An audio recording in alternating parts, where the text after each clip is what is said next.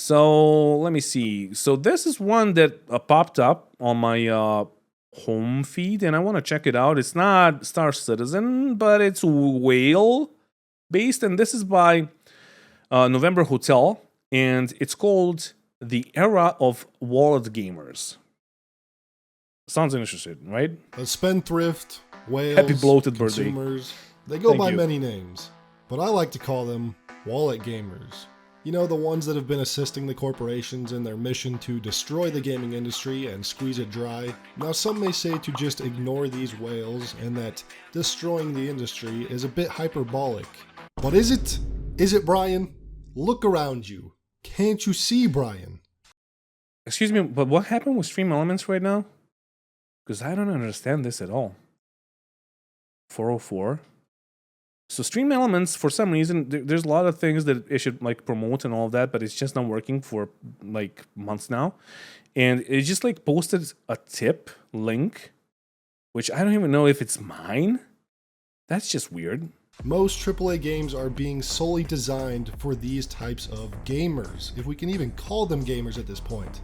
That's right, boys and girls, we're coming out swinging right off the bat in this video because I'm sick and tired of these little degenerate weasels stroking off the corporations. Oh my god! All the microtransactions. Shots fired! because I've got the money to spend. Oblivious to the irreparable damage they're actively causing in the industry. So buckle your seatbelts and grab a nice cold bevy because we're taking the bullet train all the way to Whale City.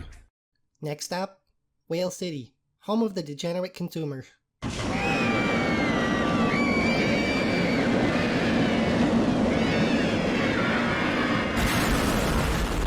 How much have you Someone's spent on tipping a Apex? link. You think it's that, but when I open it, it's just like 404 error. It's nothing.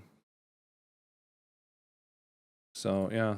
Anyway. 500, 2,000, 250, 800, 3K on Xbox, 1.5K on PC, $3,000. What the fuck is wrong with you? This small sample size was taken from just 2 different Reddit posts where the Apex wallet gamers have come to congregate. And I totaled up the amounts from just these 10 individuals in the replies, which lands us at nearly $21,000 from just those 10 customers. Now for context, that means if the game were sold at $60 a piece instead, and was not a free-to-play game with microtransactions, the game would need to be purchased by 330. All right, for you guys that played Apex, I'm willing to try it, but I've heard that you gotta buy the operators or whatever they call it, heroes. Is it really like that? Is it a good game? Should I even try it? Because I'm like I like competitive shooters. I like Overwatch. I like Rainbow Six Siege, stuff like that. But you don't really need to buy anything ever in those games. You can just like unlock everything, and you can buy skins, charms, stuff like that. Try it, see what will happen. Like, I don't want to waste my space on my disk space if it's gonna be like a microtransaction based game. If you just like pay for heroes, customers to reach that same dollar it's a good one. amount. Okay. And the thing is, these 10 individuals aren't done spending because the game gets constant influxes of cash shop items weekly. It's crazy to think that when we look at just a small sector of the internet and see this kind of whaling people openly admit to, it's easy to see why Apex. All right, so Legends you has can made unlock over $2 everything without billion paying. Great. in its first I might 3 try it years. then. Some publishers like Activision try to have their cake and eat Honestly, it I too. don't care about skins. Like in Overwatch, I have my second account because my main account from Overwatch 1 that I had for like 6 years got banned a couple of times by people that are just like worse players, and they just like report you for cheating or profanities or whatever. And or toxicity or whatever, it's like abusive chat or whatever, and they know that Blizzard is not gonna like check out the chat or voice chat or like they don't just care. Like they're just gonna report you, and you're gonna get like permabanned. And I got permabanned a couple of times for a couple of months, so I made a second account that I'm like just playing with like heroes that you unlocked, and I have them. I unlocked them, and no skins, no nothing, because I don't care, and I'm still dominating, and people are saying that I'm a smurf, which I'm not. It's just like my main account got banned, so yeah. Charging the full $70 for Call of Duty and implementing the same free-to-play systems found in games. Your son asked you if you could buy anything. No, my son asked me if he could buy some $150 thing on Apex. Yeah, that's an issue for for a bunch of games like Fortnite and like kids games on like phones and all of that, on smartphones.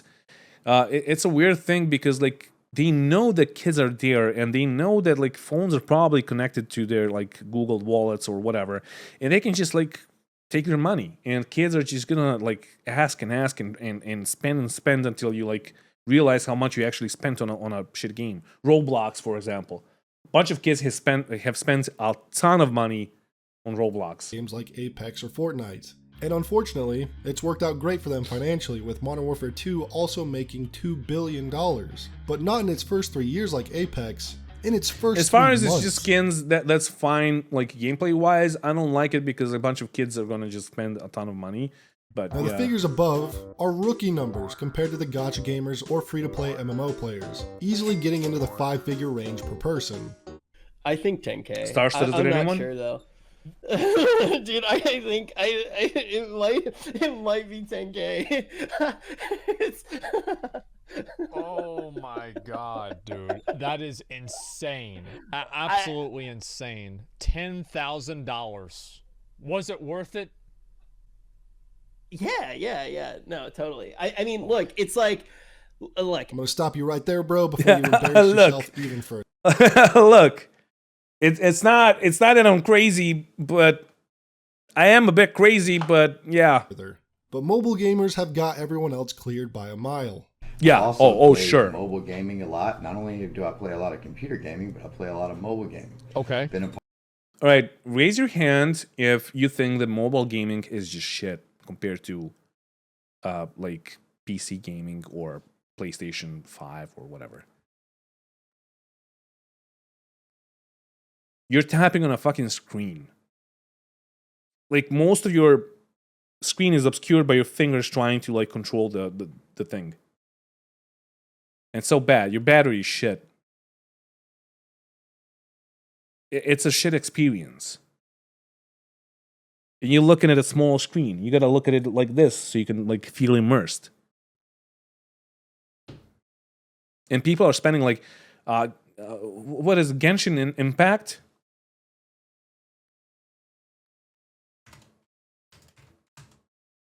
So Genshin Impact revenue from 2022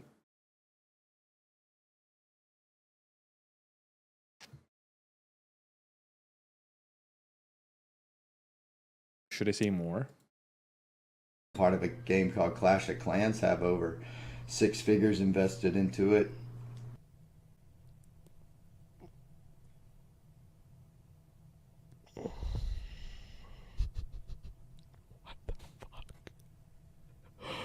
What the fuck? How do you spend 100 grand on a fucking video game?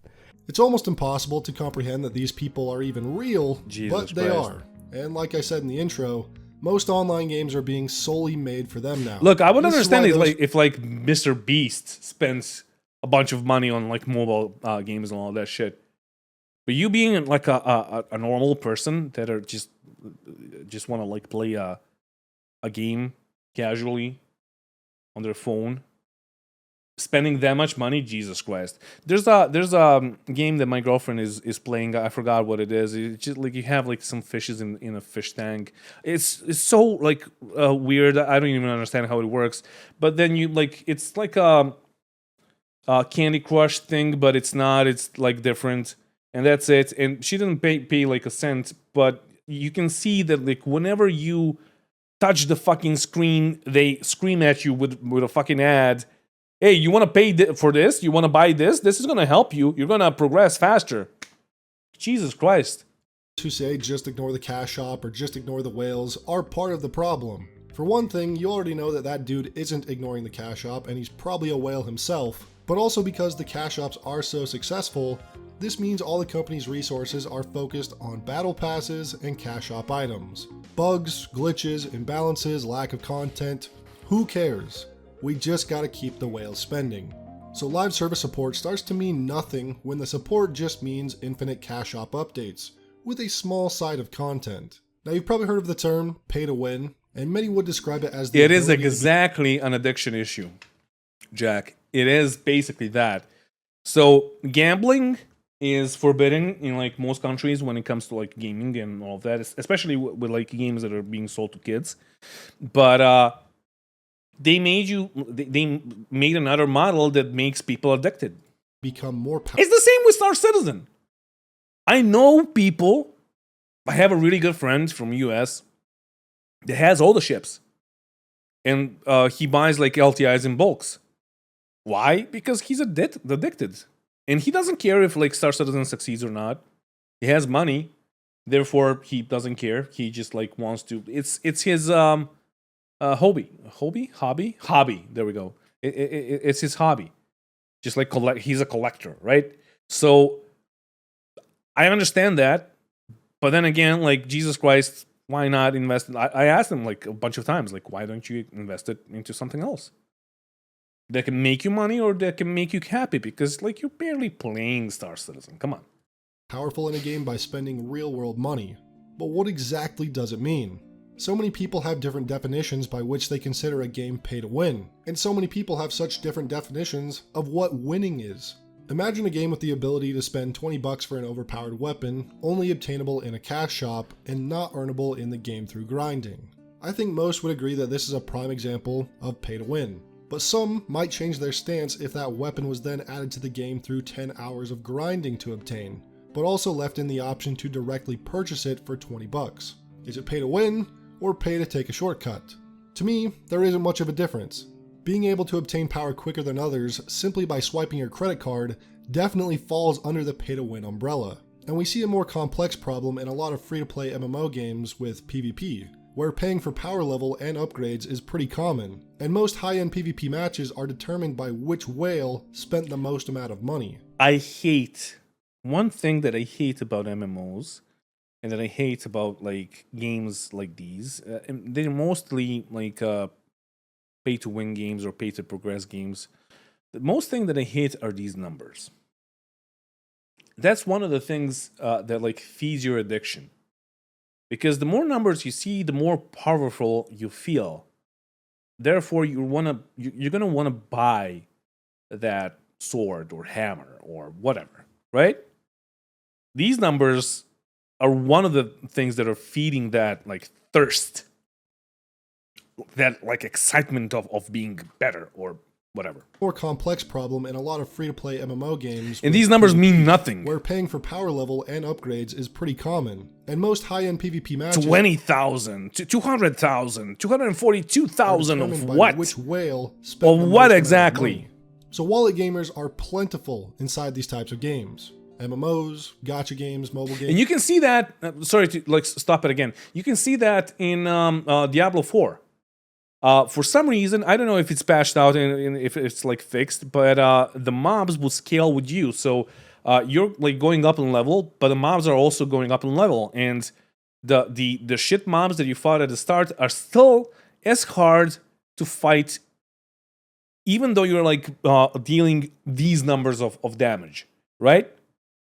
So it's not that it's a different mob. No, it's the same mob. It's the same like skeleton or snake or bug, whatever that you're fighting, but it just has like a bigger health pool, and it does bigger like a higher amount of damage because it scales with you. Therefore, these numbers mean nothing.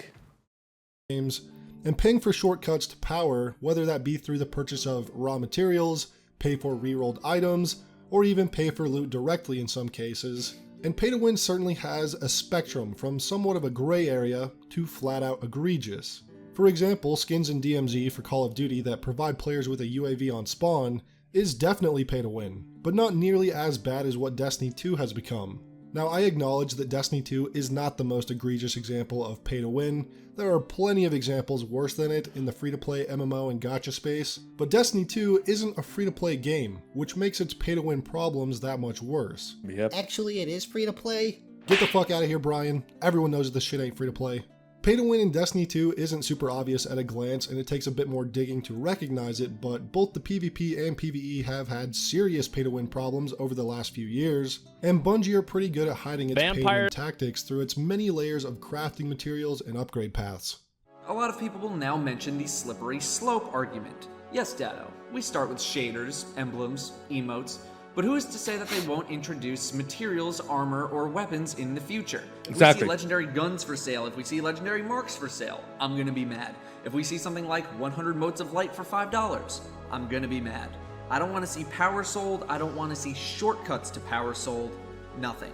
And as long as Bungie does not cross the line of cosmetic items, I think we'll be fine. If Bungie does cross that line, you have my rage. And you add these problems on top of selling exotic weapons through $100 pre-order bonuses, and the ability to buy season pass levels, pay to win is very much alive and well inside of Destiny 2. But what about cosmetics? Cosmetics aren't pay to win, right? It's just cosmetic. One of the most common phrases it depends. If it fucks with your player model in an FPS game, if your player or avatar or whatever is smaller than it should be, with the default model, and if it makes your hitbox smaller, then it is pay to win. If like in War Thunder, you can buy cosmetic bushes that can actually hide you, and paints that can actually make you look like you're already destroyed, even though you're not. So people are gonna not even see you, or if they see you, they're gonna be like, "Oh yeah, he's destroyed," and then you kill them. Then it's pay to win.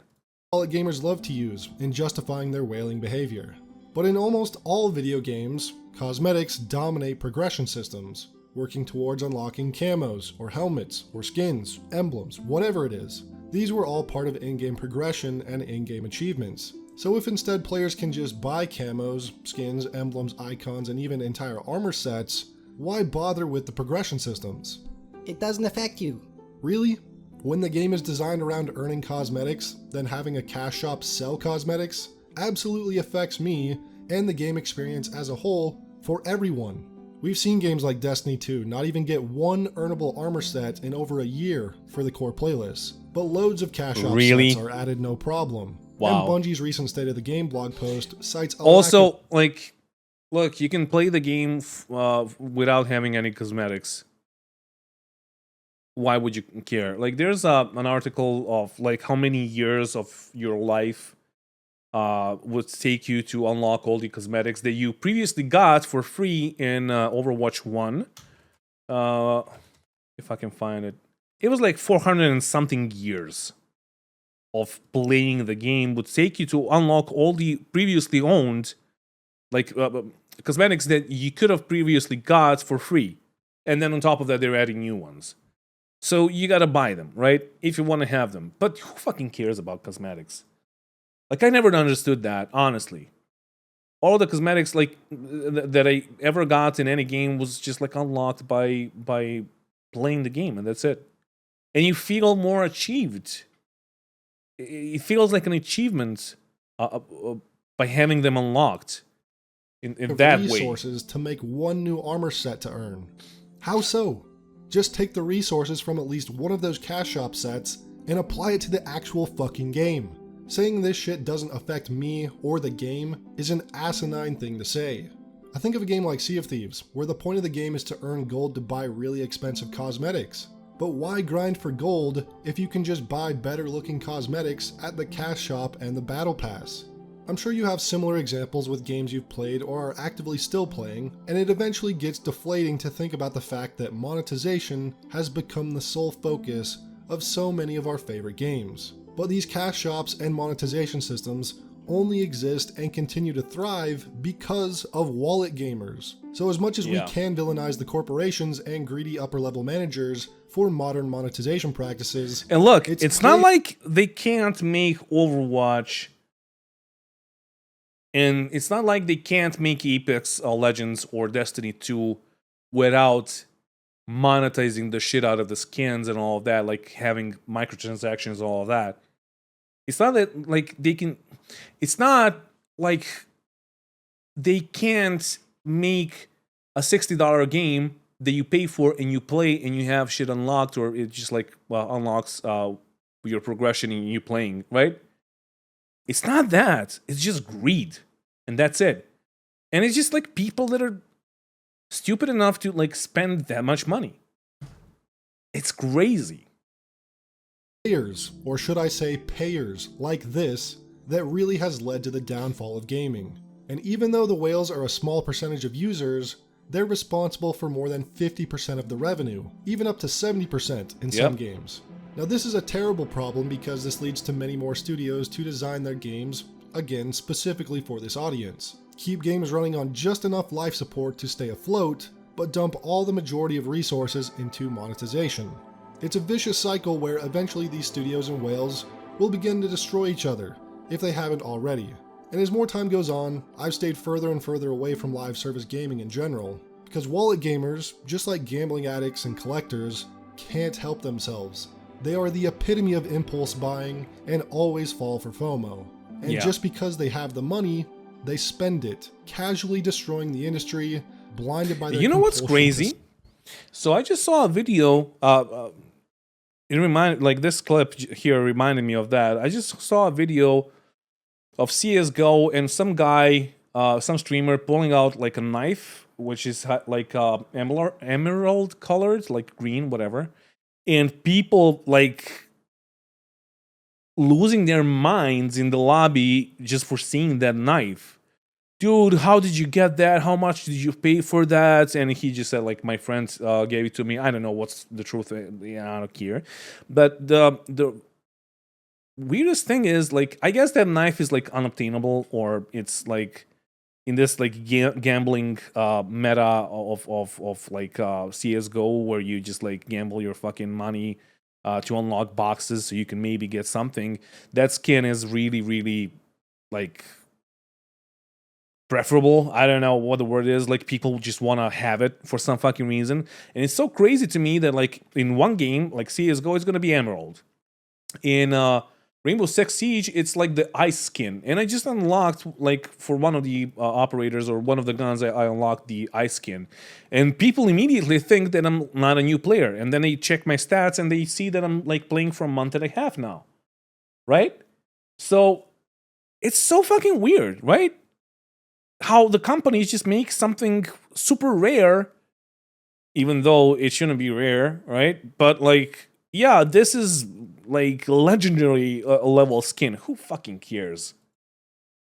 Just because they have the money, they spend it, casually destroying the industry, blinded by their compulsion to spend. Truly pathetic behavior. Now I want to shift this video into a more positive direction and highlight some examples of games made for gamers, not for wallet gamers. And the first is a recent title, Baldur's Gate 3. Oh. Let's go ahead and read this here, okay?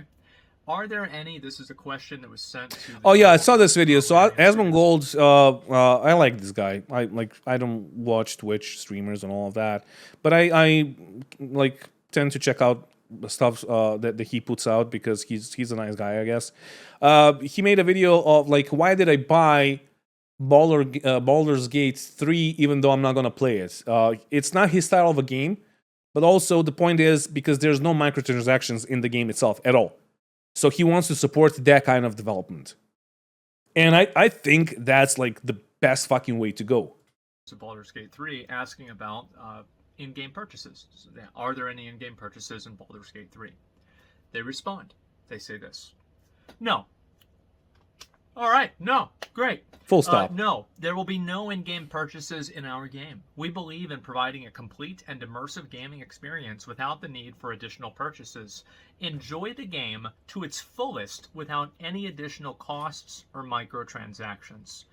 It's 2023, and we are weirded out by having games that have no microtransactions. Isn't that crazy, guys? Isn't that fucking, like, mind-boggling? Hey guys, we don't get a lot of those nowadays, you know? It's been a while since we've been able to hear this, and it's nice to hear it again. And we had the same thing with Elden Ring, and every once in a while games come out, and they're able to actually be for gamers first. And I understand that this has got a lot of people on Twitter upset, especially people that work at other gaming studios, because they're afraid of being held to the same standard. Baldur's Gate 3 Yep. is a complete package, a game created by individuals and a company that stands by their conviction that microtransactions do not belong in video games. It's no surprise to see it reach over 500,000 players on Steam this past weekend. Now this game is also an interesting case because just like with the release of Elden Ring, Baldur's Gate's release has AAA developers having full-blown meltdowns on Twitter saying that the game is an anomaly and not the new industry standard. Basically lots of empty words and making excuses for why their billion-dollar corporation that they work for can't reach the same levels of Baldur's Gate 3. That it's foolish to believe that this is the new They can, they just won't. It's obvious that you can make a AAA game, a really good, it doesn't even need to be a AAA game, but like you can make a really good game and make it like $60, $70, whatever. And that's it. That's it. You don't need any microtransactions. You don't need to sell anything. If you already have money, if you're an established company like EA, UB, whatever, Activision, Blizzard, Microsoft, whatever you want to call them right now, then yeah, you have the funds, you have the manpower, you have the resources, you can make a game that is going to be $60 only, and that's it. For Star Citizen, you can't make, like, that statement does not work solely because there was no company behind Star Citizen. They had to build the company. But they can, right now, scale down the prices, but they won't. Why? Like, since they're like an established company, why? Because they need to grow. They need to grow so they can make more, so they can grow more. And it's it's fucking crazy, right? But for established companies, there's no reason not to make like a game that's gonna be like $60. Silica is fucking $20. Silica is one of the best like early access games that I ever saw, ever, and I played a bunch of them. Standard, when in truth, these developers are just upset that Larian Studios has upstaged them in every single way. Yeah, I'm alive. Again, just like when Elden Ring I wanted to say hello, but I can't read the name. Shurizati? Released. And all I'm going to say is that a studio like this, that values over-delivery and encourages it, trying their best to satisfy their customers, and reject modern monetization practices, should absolutely be supported. So after I finish this video, I'm going to immediately go purchase and begin playing the game. Grim Dawn is an ARPG released back in 2016, which was brought I to will my play it, but attention it's in not one of my comments a while my back, cup of tea. specifically Honestly. when I was voicing my hesitancy to pick up Diablo 4. And honestly, I don't have money right now to spend to like buy it just to have it to support them. So I'm not Asmongold kind of a streamer. Like I'm not at that level. I did not I'm like buy Diablo 4. bottom and 1%. instead took the advice of that comment and picked up Grim Dawn for $6.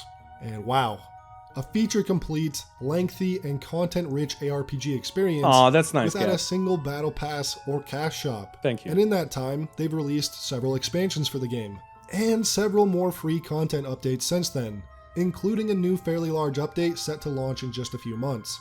So if you were disappointed or fell out of favor with Diablo 4, I highly recommend picking this one up. Tunic is a fantastic little game that surprised me more than I thought, and while I haven't finished the game myself, I did watch my wife play through the game at various points, and even helped her clear a couple bosses. And this game absolutely blew away my expectations. I'd always heard it was a good game, but Tunic is truly one of the best games ever made. It's on Game Pass, so please, just go play this one. I spoke about BattleBit in a recent video, which I recommend checking out if you I missed tried it. BattleBit. Also, I'm coughing a lot because I think I got a bit sick yesterday. It was like pretty cold, and it was my birthday again. Claps in the chat. Yeah, claps in the chat for surviving for 36 years, being a guy that I am. So yeah, it was. Yeah, just like wash your like keyboards and monitors from like germs from me. I don't know. Maybe I got cold a bit, but I tried BattleBit. And it was actually with Jack Reacher and one more friend. And that friend loved it. I didn't really enjoy it. I think Jack didn't enjoy it either. Oh, thank you, Otis. IT_Otis super chatted $5. Ask and you shall receive, my friend rolling on the floor laughing. Thank you. I don't know what I asked for, but Thank you. But BattleBits devs changed the maps again, reworked. Yeah, I don't know. It's I like the aesthetics. I like how it works. I don't like the sounds. They're dog shit. But I guess they go with the aesthetics. But the thing that I didn't like, and that's an issue with like the player count, and I'm gonna say it, too many players on maps. It's just like constant fucking mayhem, and that's why I stopped playing PlanetSide 2, because at one point it was just like constantly like 1,000 players in one spot just fighting each other, and it was so bad, and you don't even know what's happening anymore. The frame rate was good. The frame rate here is good. Like everything fucking works, but it's just like it's not my kind of a game. I'm audio is more directional, yeah, but I'm not talking even about like directional audio. I'm talking about like the actual sounds of weapons and all of that. They're just bad. So I'm more of a tactical shooter. I'm more of a tactical shooter kind of a guy. And I like Squad, I like Rainbow Six Siege, I like Ready or Not, DayZ. Those games are like my cup of tea. This one, I completely understand why people love it, because it's Battlefield without Battlefield bullshittery and microtransactions and all of that shit. And it's a fun little game for them. It's not my cup of tea. I want to like spend an hour, 2 hours playing a game, playing a match in Squad, for example, and having actual tactics and talking to my team and all of that. Here, I just felt like I'm just running around, getting shot at and shooting on people. They don't know who fucking killed them. I don't know who killed me. It doesn't matter. It's just fun. But for me, that's not fun.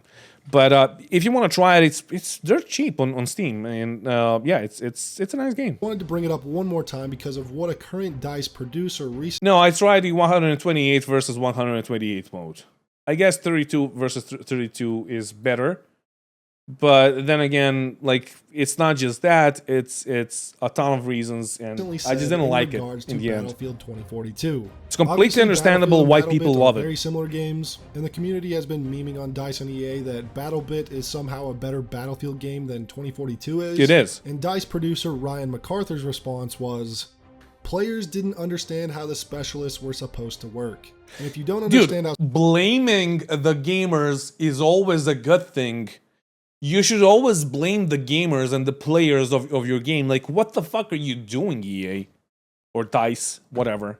They said the same thing about the whole, like, what happened with the fucking Battlefield 1? Was it 1 or one of those when you had, like, people, like, with fake limbs running around with fucking ACOGs on their MP40s or Tommy guns? Battlefield 5. Yeah, Hell Let Loose is a good game also. But most of the community doesn't really know how to play it. Like, you never get a commander that actually knows what they're doing. And then you gotta be the commander, and the issue is that, like, commander gameplay is a bit boring, honestly. But yeah, if you play it in a competitive sense with actual teams, then it can be really, really good. But yeah, blaming gamers is just, like, crazy, dude. It's crazy. How something is supposed to work, of course you believe that the old way was better. Yeah. Or maybe Ryan. The same happened with fucking Witcher, right? Oh, no, the people that are watching Witcher are just stupid. That's why they're complaining. It sounds like Witcher on Netflix. Exactly. Game, you doorknob. You guys weren't so ahead of the curve and clever with your generic specialist system, okay? Your players just aren't stupid. They saw that you changed the game to actively reject the identity of the franchise in which it belongs. So again, I'm here to reiterate, if you want a proper new Battlefield experience, go play BattleBit. And I've said it before, and I'll always say it. I didn't like Battlefield. Any of them. Like, the last Battlefield that I actually liked was Battlefield 2. And I played the shit out of the game because I played Project Reality, which is a mod for Battlefield 2. 1 and Bloodborne, which is basically Squad. That's the predecessor of Squad. Favorites, but just pick whichever From Software game sounds the most interesting to you and dive in. There are no games that give more high quality content and feel more rewarding than From Software titles. Also, check out some more indie titles. There are so many good indies out there. 2023 in particular has been a fantastic year for indies. Here's a few more recommendations. Check out my last video for some more recommendations. I want to try Trepang, Trepang, whatever. All in the next one. I heard that it's a good game. Battlefield 1 had steampunk fake limbs, red dots on guns, etc., but they were trying to sell it as historically accurate. Yeah. That's the game I was talking about. It's just crazy, right?